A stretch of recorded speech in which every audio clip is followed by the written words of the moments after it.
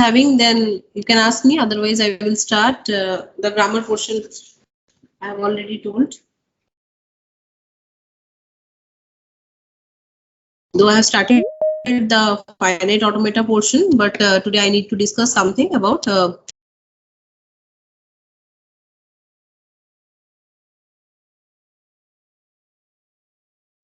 context-free grammar and context-free language and everything. So if anybody is having specific doubt regarding the types of grammar which I have discussed till last date, then you can ask me. Any doubt anybody is having?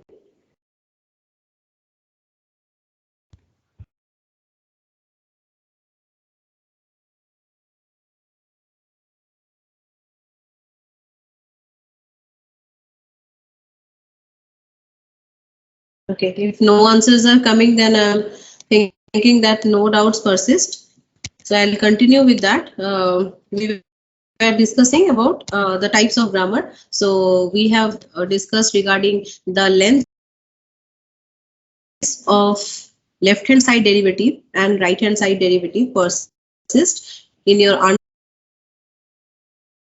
unrestricted grammar and in your context sensitive grammar, which is type 0 and type 1 grammar. Okay, so today we will we will discuss about our type 2 grammar and type 3 grammar, because that we will be needing in our compiler design most, because when we deal with the parser and parser checks the grammar, so it should be always fitted with the type 2 grammar in a normalized form. Okay, or type 3 grammar in a normalized form. So first we should understand that what do I mean by the type 2 grammar. Okay, and in type 2 grammar, what will be the length of your left hand side derivative of the production and right hand side derivative of the production. Okay, that also we have to understand. Then only we can judge that whether that grammar is suitable for feeding to the parser or not. Otherwise, the parser cannot create the parse tree for the same. Okay, so that we have to first understand. So let us share my let me share the screen.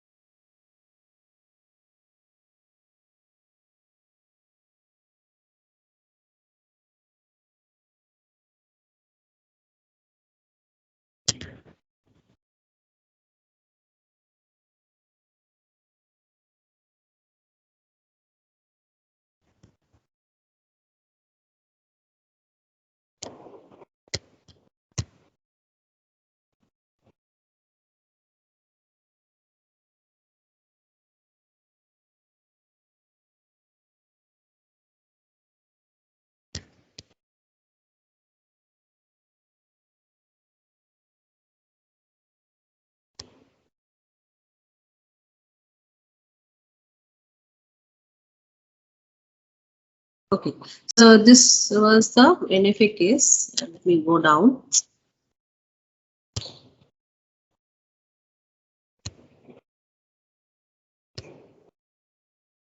Yeah.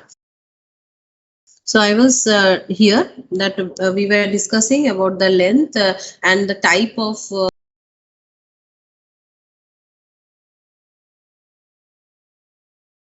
symbol can come in your production variable.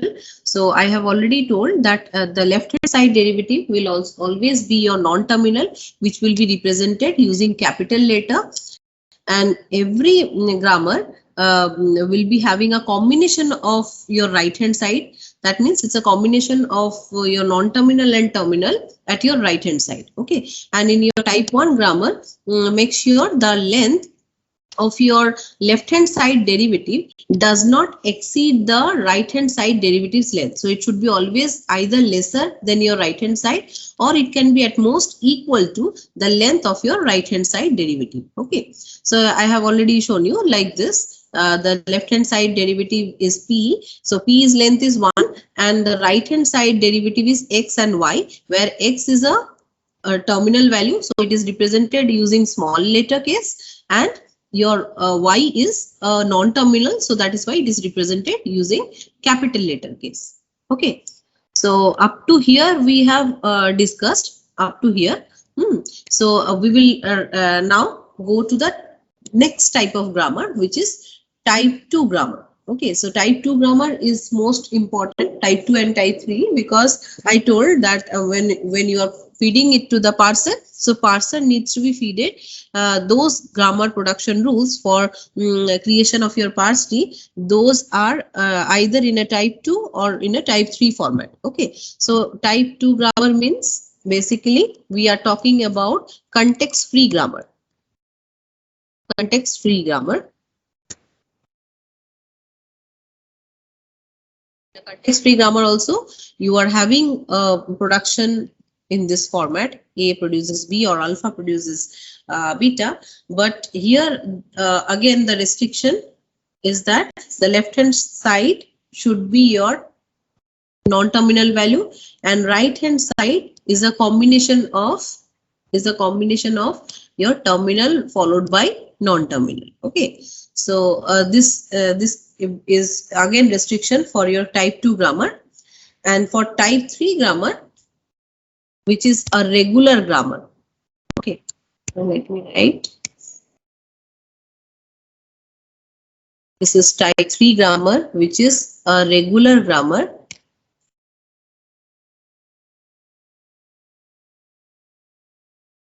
So just for your recap, because you all know, so in your regular grammar, your production can be of two forms. Either one non-terminal can, so in this you have to definitely in type 2 you have to be using non-terminal at your left hand side, and right hand side can be anything, any combination of non-terminal and terminal. That's not an issue, but your left hand side will always be non-terminal. Okay, in type 1 it can sometime be terminal value, because context sensitive is not type 2 is little strict than your type 1, so that is why the left hand side derivative should always be mandatorily non-terminal. And in type 3 also it is little strict than your type 2, but there again you will be getting the same type of production rule. That means non-terminal produces combination of terminal followed by non-terminal, and another type of can be there, that is a non-terminal can only produce a single terminal value. Okay, so these are some basic rules where the most important is this two, because in parser whenever you will get a set of production rules, so you have to maintain these formats.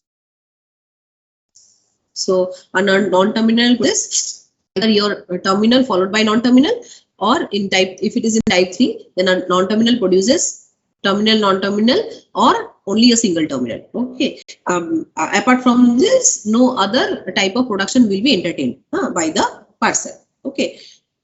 So this grammar type you will have to remember. Achha. So from this, what type of question can come? So when you are talking about your context free grammar, so the language which are described by these types of grammars will be known as context free languages. Okay, or type 2 languages, which are nothing but these are described by the grammars whose left hand side will always be strictly non-terminal. Okay, and your right hand side can be arbitrarily any string which is a combination of terminal or non-terminal. Okay. So these are some grammars which are normally used in push down automata, because in push down automata you have already have seen that you use stack, okay, for identifying the input tape and matching with the input string. So here also we will be seeing that when we will implement the top down parser or bottom up parser, we will be using the concept of stack there. Again, the same concept we will need. Okay, but we are not going to discuss about push down automata here. But let me tell you, one of the application area of your type 2 grammar is push down automata. Okay, and the type 3 grammar, these are going to generate the language which will be known as a regular language. So these are nothing but these are described by the grammars whose left hand sides are either not either, always non-terminal, and right hand side will either be a single terminal value, or right hand side will be a combination of non-terminal followed by terminal followed by non-terminal. Yes, anybody is saying anything? Hello? And the application area for your type 3 grammar is your finite automata, which you have just gone through in your NFA and DFA. Okay, so that is why I told you that this type 2 and type 3 will be needing for your parser, because if your production rule is not in the form of these two types of grammars, then your parser cannot create your parse tree. Okay, so this grammar rules checking you will have to do according to the rules I have mentioned. Okay, and again, type 2 and type 3 also follows the same rule, that your left hand side derivative's length will be 1. Here the left hand side derivative length cannot exceed 1. Okay, like in your type 1 grammar, it is not said about the left hand side's length, but in your type 2 and type 3, it is strictly one non-terminal. So your left hand side derivative's length will always be 1, not more than 1. Okay, so these restrictions you will have to follow. Only single non-terminal can exist at the left hand side. Okay. Now, so that means that languages which are generated from these two types of grammar, context-free grammar generates context-free languages, and your regular grammar generates regular languages. Okay, just wait for a second.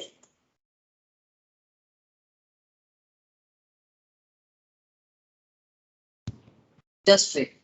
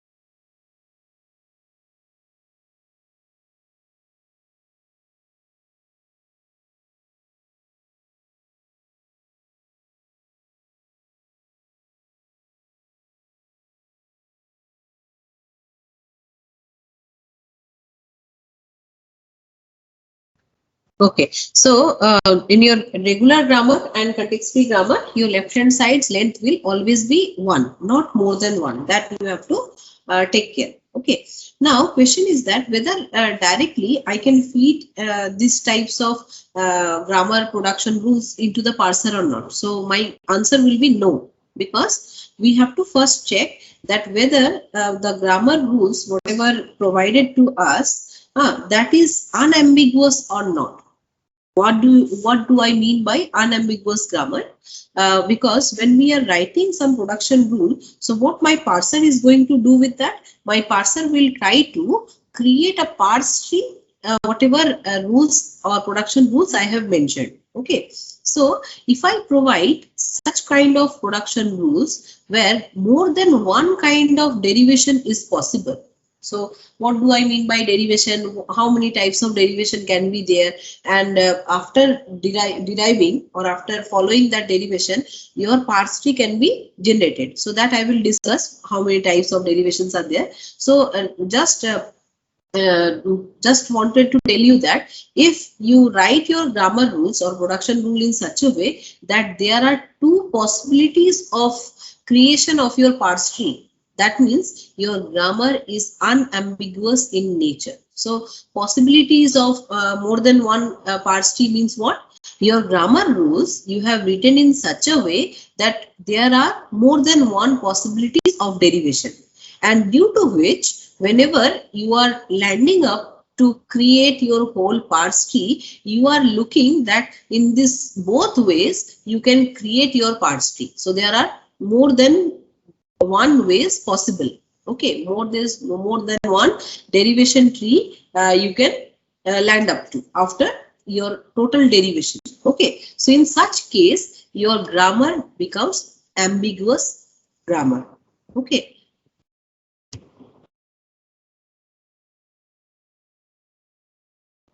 So in such cases, you cannot deny one type of derivation from other. You cannot say that my one is correct and your derivation is incorrect, because the both me and you both have followed the grammar rules, and I have landed up to one kind of derivation tree by following the production rules, and you have landed up to another derivation tree by following the grammar rules. So that means, how is it possible that for a grammar set, I am landing up to a different parse tree and you are landing up to different parse tree? It's not possible, right? Because if there will be more than one possibilities, then depending on the input string, how your parser can take decision that whether that input string will be accepted or not. If it is having more than one opportunities to create a parse tree, so it will not be in a position to judge that whether this one is correct or the alternative one is correct, because both are following the grammar rules, and after following the grammar rules they are landing up to two different creation of your parse tree or derivation tree. Okay, so that means something is wrong in your grammar rule set only. You have written your grammar rule set, production rule set in such a way that it is forming a grammar which is leading to the ambiguous. It is giving you more than one possibility, means there is no definiteness, there is ambiguity in that. Okay, so that is known as ambiguous grammar. So if I define my ambiguous grammar, so how I can define? Let me write it. Ambiguous grammar. So an ambiguous grammar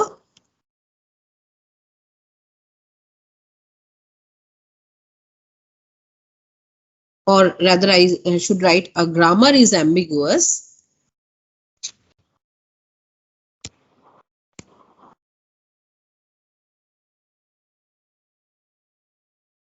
if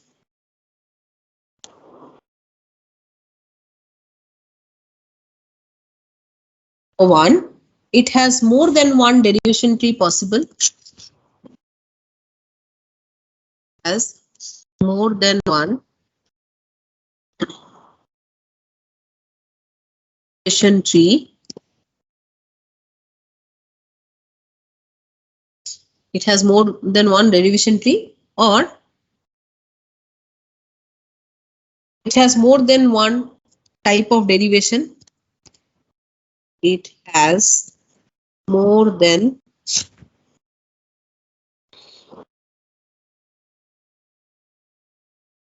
one type of derivation, either a left hand side derivation, either left hand side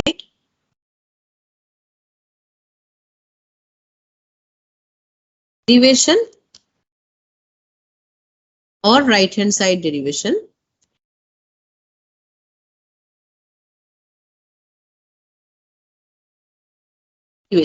In both this type of derivation, you will be getting more than one kind of sentential form. So in both these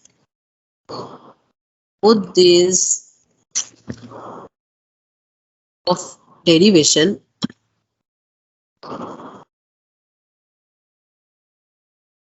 we get more than one, or if we get more than one sentential form. Yeah. Here sentential form means I want to say that if I follow that derivation tree, then at the leaf level I can have different types of input string available, because when I will create my tree and I will read the leaf labels from left to right, whatever strings I will get as an output, string, or that is nothing but your input string. So that input string of one tree will differ from input string of another tree. Okay, so that means the sentential form we got from the derivation tree will differ from each other. Okay, so that is why in both these type, either we are following left hand side derivation or we are following right hand side derivation, that doesn't matter. In what do I mean by left hand side derivation, what do I mean by right hand side derivation, I will discuss that. But as of now, just let me discuss this thing, that either way we follow the type of derivation, we will get at the last different sentential form by following that particular derivation tree. Okay, we will get in both this type of derivation we will get different sentential form. So what do I mean by that? Let me show you in the board. Let's take an example of our ambiguous grammar. Then it will be crystal clear that how when we are writing one production rule, then how it can generate two different types of derivation tree. And what do I mean by left hand side derivation and right hand side derivation? That also I need to clear to you. Okay.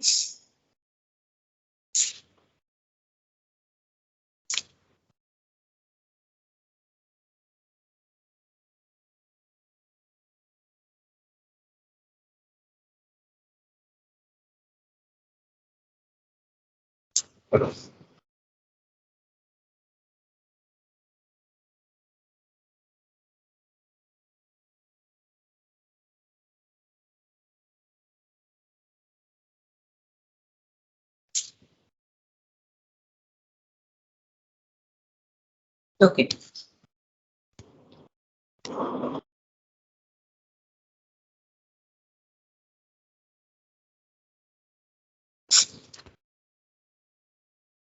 Okay, so suppose we are been given one production rule.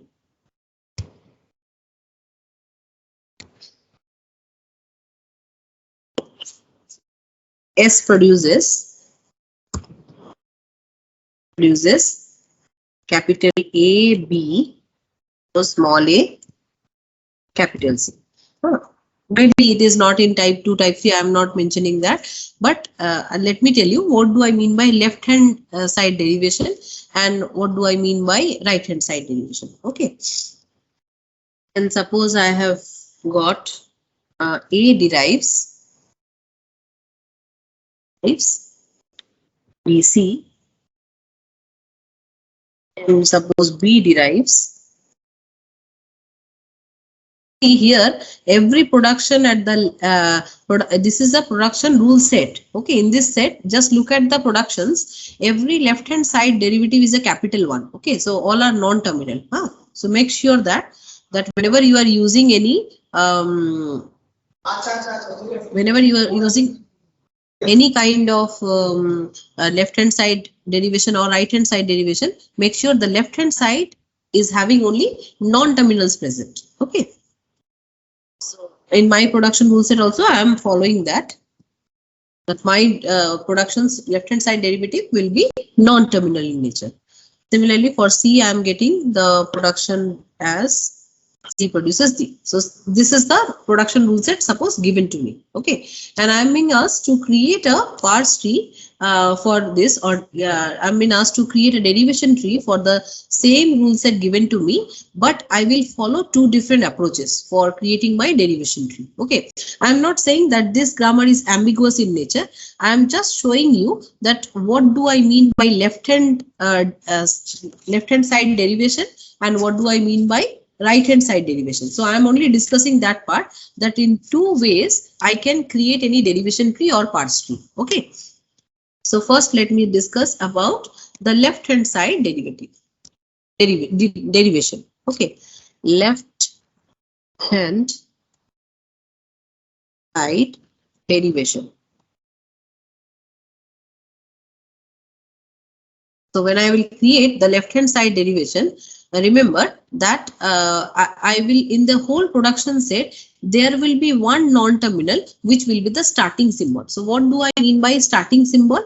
There your tree will begin. So that means in the tree there will be one node that is a root node. Okay, so for making that root node you have to find out that symbol where your production is starting. Like here you have four different non-terminals present, S, A, B and C. लेकिन इनमें से you can see कि S is the one where the production is starting, क्योंकि जो left hand side में जो symbols आपको S, A, B, C दिख रहा है उनमें से सिर्फ AC ऐसा नॉन टर्मिनल सिंबल आपको दिख रहा है जो राइट हैंड साइड में कभी नहीं आया है, राइट हैंड साइड में कभी नहीं आया है. सो इसका मतलब S से अगर हम लोग शुरू नहीं करेंगे so we will never be able to reach to S. Okay, so that is why S will be my starting symbol. So let us draw the derivation tree by using left hand side derivation. So agar S is the starting symbol, so we will take this production rule as production rule 1. Okay, and we will try to derive this production rule 1 first. Okay, so इसका मतलब मेरा पहला rule को मैं derive करना शुरू करूंगी. So मेरा लेफ्ट हैंड साइड में जो भी नॉन टर्मिनल बैठा हुआ है उसको मैं as a root node consider करूंगी. So this is my root node and this is going to derive its right hand side. So its right hand side is having four symbols. देखो S then arrow के बाद आपके right hand side में four symbol आपको दिख रहा है. So just follow this ordering because this right hand side is going to be its children node. Okay. तो इस चाइल्ड नोड S का कौन कौन होगा? A होगा because A is the leftmost symbol, so A will come at the leftmost child. Then B because B उसके immediately right पे है, so B will be next child, next sibling of A. Then small a will be there and then your capital C. Okay, so ये ordering आपको change नहीं करना है because आपके production rule पे जो भी ऑर्डरिंग आपके राइट हैंड साइड में दिया हुआ है उसी के अकॉर्डिंगली आपको चिल्ड्रंस को पुट करना है from left to right. Okay, now जब आप लेफ्ट हैंड साइड डेरिवेटिव आप फॉलो करोगे so you have to pick up for your next level derivation you have to pick up the one non terminal which is the left most. Okay, so यहाँ पे A, B, C ये तीन आपको non terminal दिख रहे हैं. This is one non terminal, this is another non terminal जो capital letter में है. Okay, those are called non terminal. तो इन तीनों में से A, B, C जहाँ पे small a is a terminal, so we will not consider that because terminal मतलब that is constant, so we can not further derive it. Okay, that is not a variable. But जब हम लोग capital में कोई भी symbol को हम लोग टेक केयर करते हैं, तो दोज आर वेरिएबल और दोज आर फर्दर डिराइवेबल. ओके, सो इसलिए हम लोग उन्हें कैपिटल में रिप्रेजेंट करते हैं. तो यहाँ पे कैपिटल में रिप्रेजेंट किया हुआ है इस डेरिवेशन में ए, बी और सी, इन तीनों में से लेफ्ट मोस्ट जो होगा उसको हम पहले डिराइव करेंगे. So left most is capital A.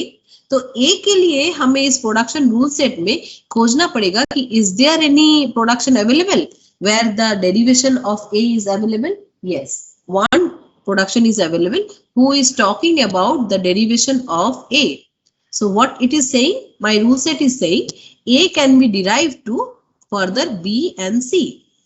इसलिए A is my leftmost because I am following the left hand side derivation. So I have to pick up my leftmost non-terminal first. So I will plan to derive in my next level this leftmost non-terminal. So when I have decided and I have derived, so मेरे A को मैंने replace कर दिया with its right hand side, which is B and C. So this B and C will come under A because they are the child node of your A non-terminal or A node. Okay. Next level पे या फिर next time cycle पे you should pick up the next leftmost. So next leftmost कौन आएगा? Next आपको B और C बाकी है अभी भी further derive करना. तो B और C में आपका next derivation कौन होगा? B, because B is the next leftmost. So B को आप derive करोगे further to its right hand side. Because B का derivation देखो यहाँ पे लिखा हुआ है कि B can be derived to small b. So B का child कौन होगा? उसके right hand side में जो बैठा हुआ है which is small b. Okay. Next बचा हुआ कौन है? Who is left? The non-terminal, leftmost non-terminal. So here C is your next leftmost non-terminal if you look from the left side. Okay. So C will be derived in the next time cycle. So C will be derived by its right hand side, which is D, because C का derivation पे वही लिखा हुआ है कि C can produce D.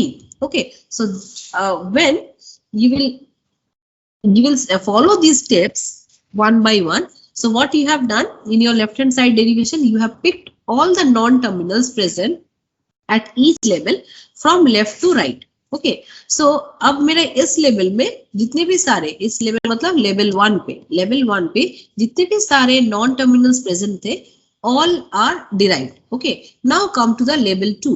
So you have to come to the next level. Okay, next level पे आपके पास फिर से कोई नॉन टर्मिनल प्रेजेंट हो सकता है या फिर नहीं भी हो सकता है. अगर नहीं है then it is okay.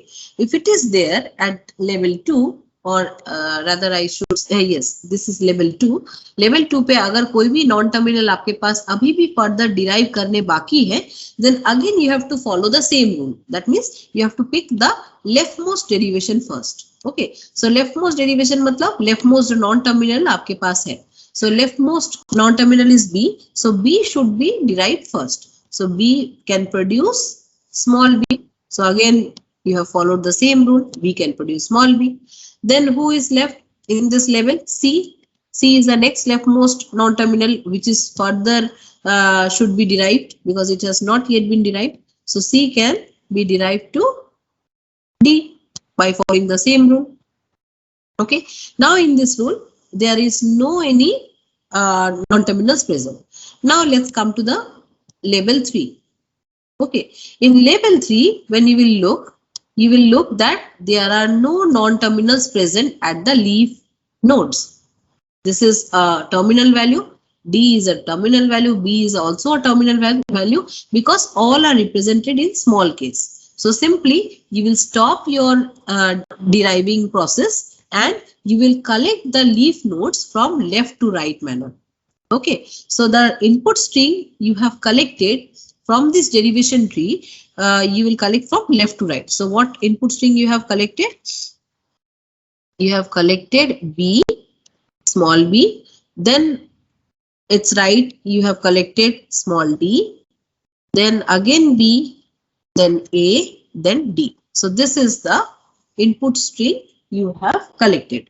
Okay. Now if the same thing, if the same type of derivation tree I want to create using right hand side derivative, then what will happen? Let's see. So this is the input string I have collected. Let me input string. Write like this. This is my input string. Okay. So let me show you that using your right hand side derivation, how you can create the same derivation tree, but the way of derivation will be you have to pick up the right hand most non-terminal first. Okay, so let me show you that also. Right hand side derivation.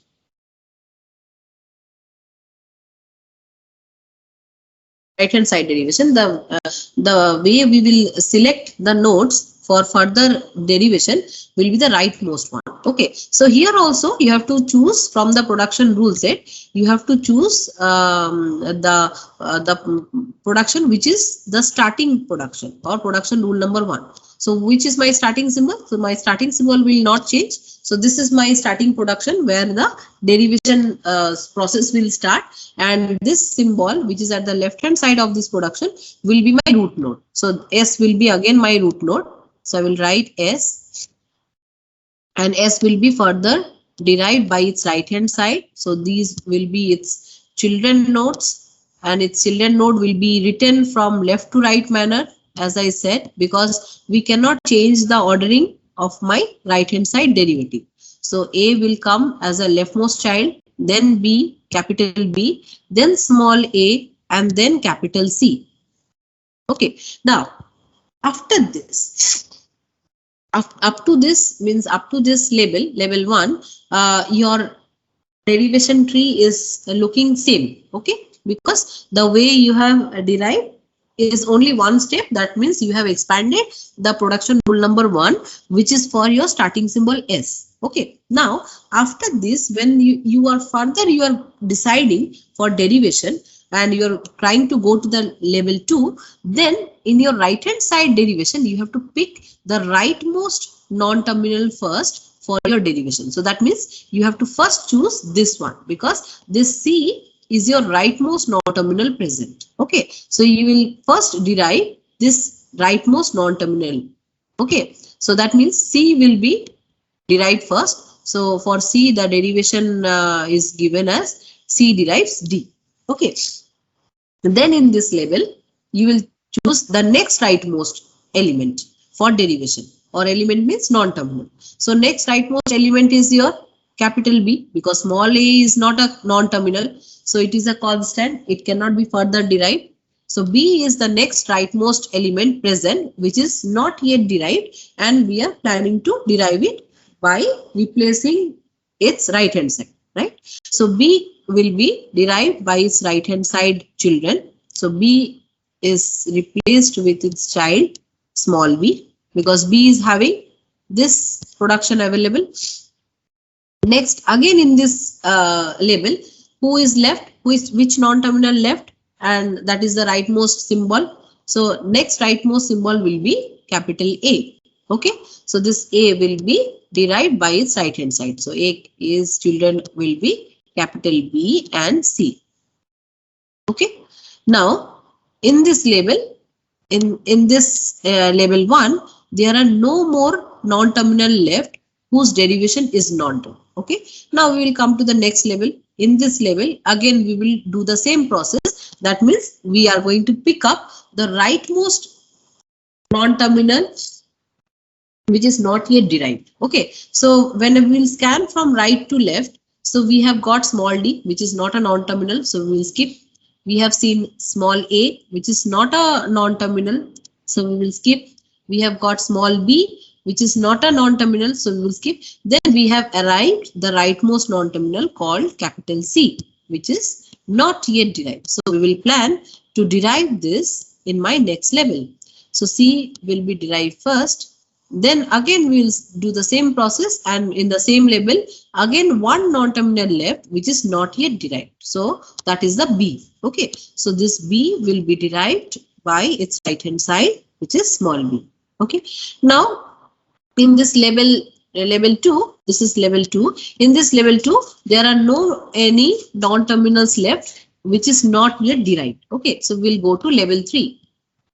Now, when we have gone to level 3, we have seen there is no any non-terminals present. So we will stop our derivation process and we will collect our input string from left to right again. Okay. So if I collect my string from left to right, so I will get again small b, then d, again small b, then a, then. So in this way, we have seen both the derivation trees,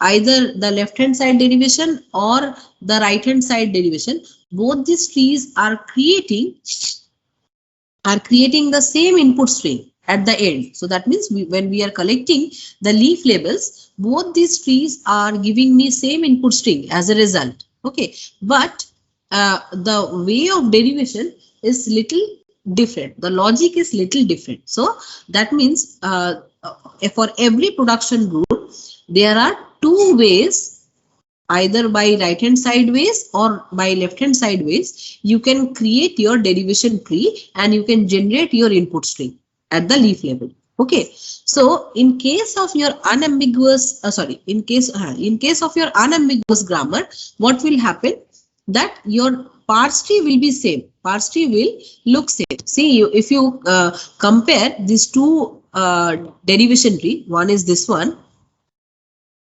and another is this one. So if you check level wise, your both the ways are generating one derivation tree because your grammar is unambiguous in nature.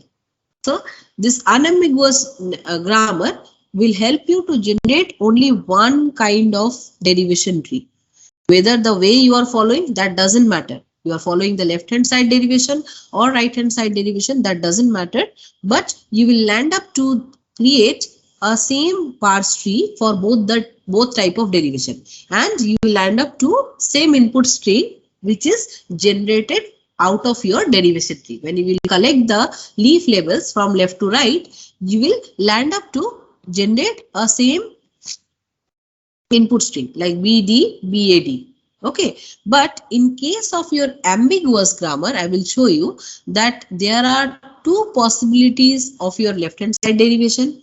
There are two possibilities, two means more than one. There are more than one possibilities of your right hand side derivation.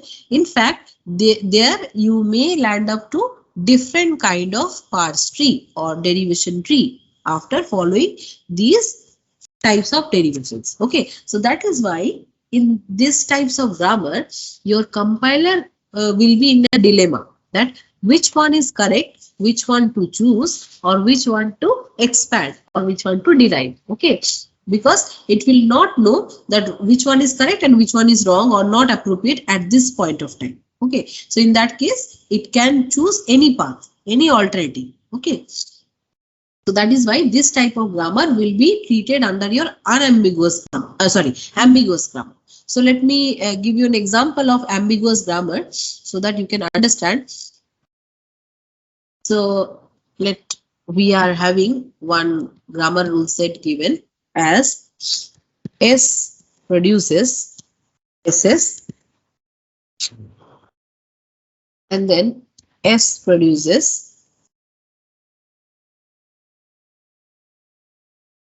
colon.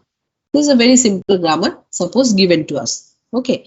Now, I am deriving it in two different ways.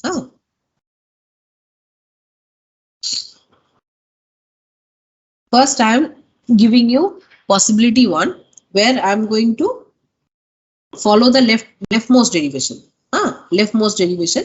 Then I am going to give you the second possibility where I can land up to rightmost derivation. Okay, so my leftmost derivation, if I write it as a L, so this is my leftmost derivation. So I will start with production rule number 1, which is talking about S produces SS. Sorry, S produces SS. Okay, then I will choose this leftmost symbol first for my next level derivation.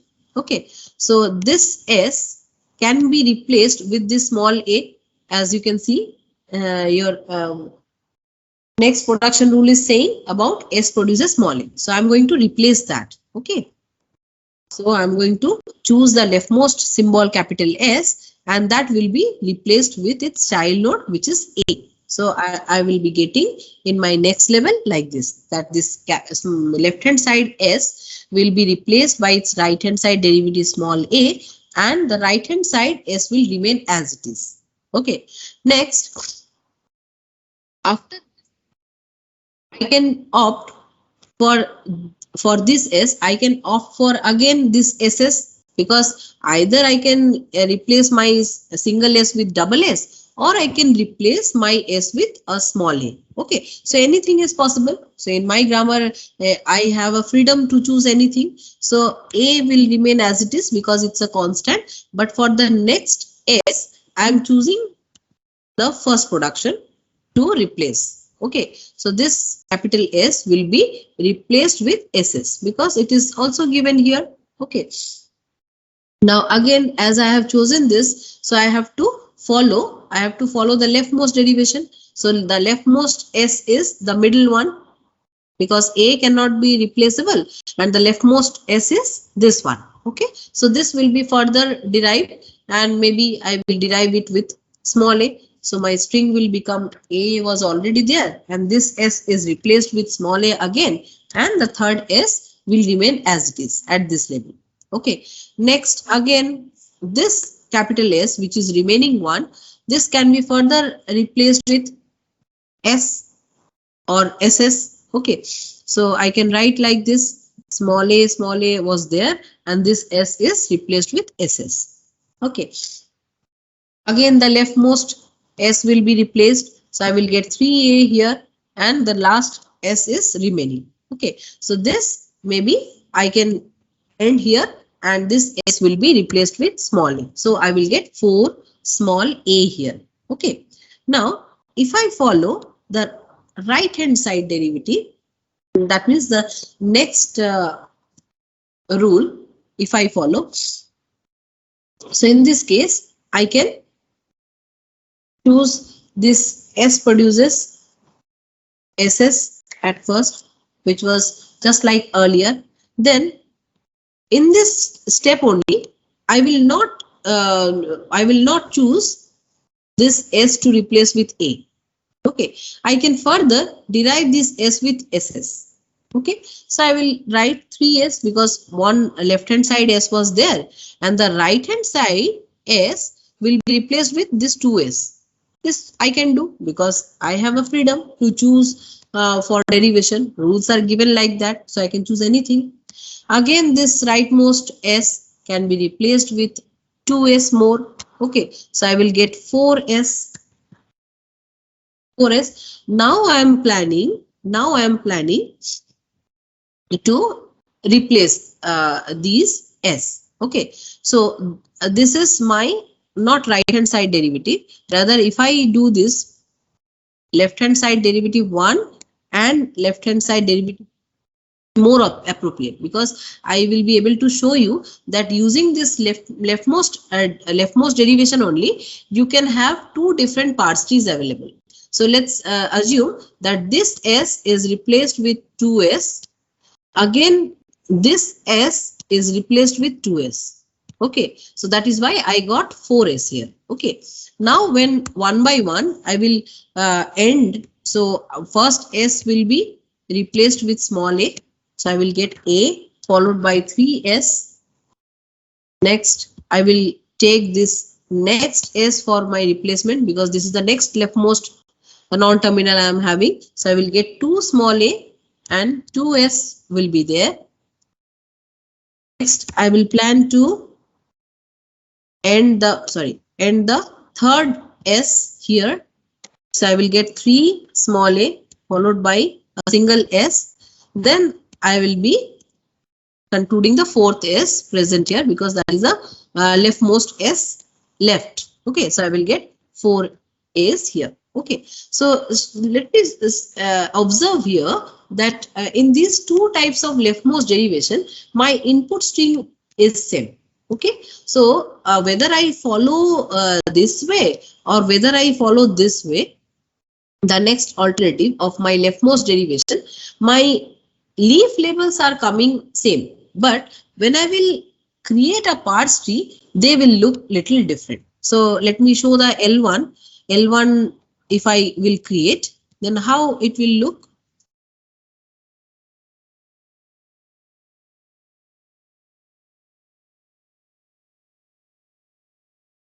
What is happening?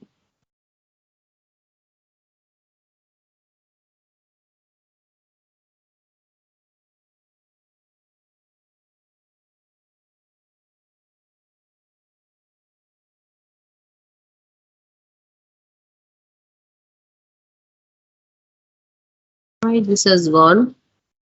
I will have to write. Okay. Anyways, so I will create the parse tree. Both the ways I have already shown. So I will create the parse tree quickly. I will write. Alternative was S produces SS.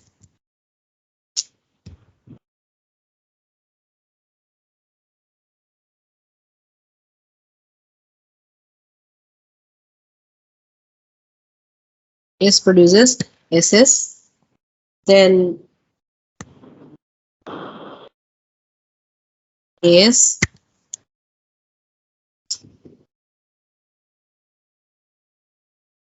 S. Then ASS. AAS. And AASS. Triple AS. And then 4A. This was my first alternative, and second alternative was capital S is going to produce again 2S, then it is going to produce 3S, is going to S, and then at last one by one, the left, from the left, I'm going to end. So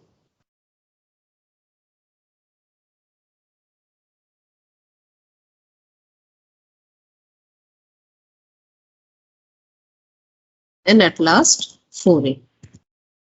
Okay, these are the two alternatives of my left hand side derivation, and when I'm trying to create its parse tree, so first way I'm creating first. So S is producing SS.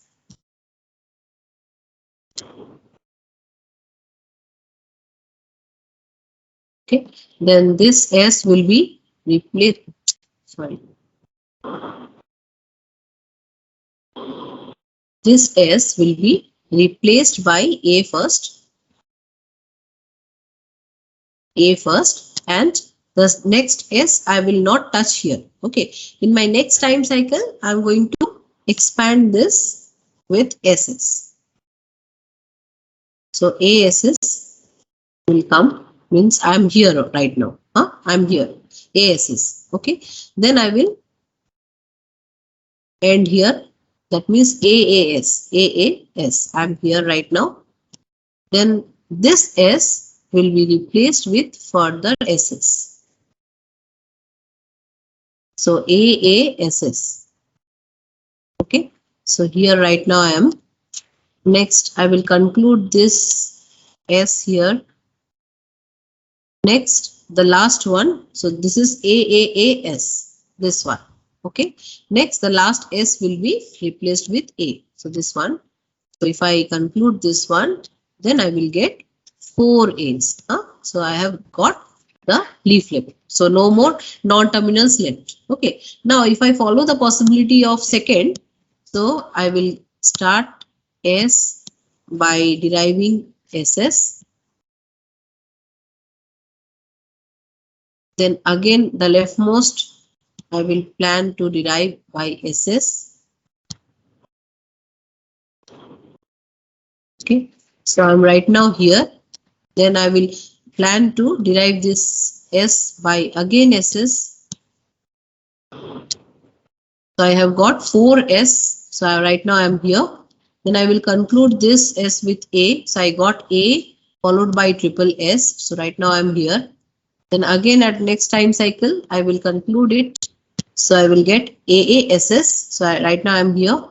Third is at that next time cycle, I will conclude by small a. So I have got AAAS, and at last the next time cycle I will plan to conclude it with A. So I will get 4A. So you can see for the same grammar, I have got same input string. So there is no any question that I will land up to different input string here. But if I look at the derivation tree, it is giving me the two possibilities of derivation tree or parse tree.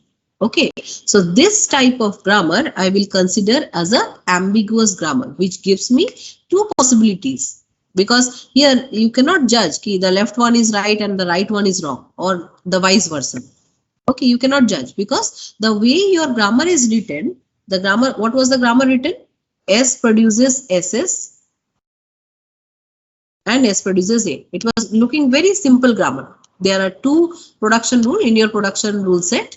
But if you follow these rules, you can easily, you will see that there are more than one possibilities of your left hand side leftmost derivation, and there are more than one possibilities of your rightmost derivation. Okay, so eventually when you will follow these alternatives or alternative way of creation of your derivation tree, you will land up to do different types of derivation tree. Okay, so that is why we should not put any such kind of grammar, or we should not feed any such kind of ambiguous grammar to our parser, because in that case your parser will be in a dilemma that which one to choose. Okay, whether the left one is correct or right one is correct, or the vice versa. It will not know. It will not consider any of the derivation as a wrong, because both are following the grammar rule. Both derivation, both are leftmost derivation, right? This is alternative 1 and this is alternative 2. So both are following the grammar rule, but they are forming different derivation tree. Okay, so this type of grammar is known as a ambiguous grammar. Okay, any doubt in this part? Anybody is having? Anyone is having any doubt? Hello? No, ma'am. Okay, okay. So let me conclude my class here, because it's already 2 o'clock.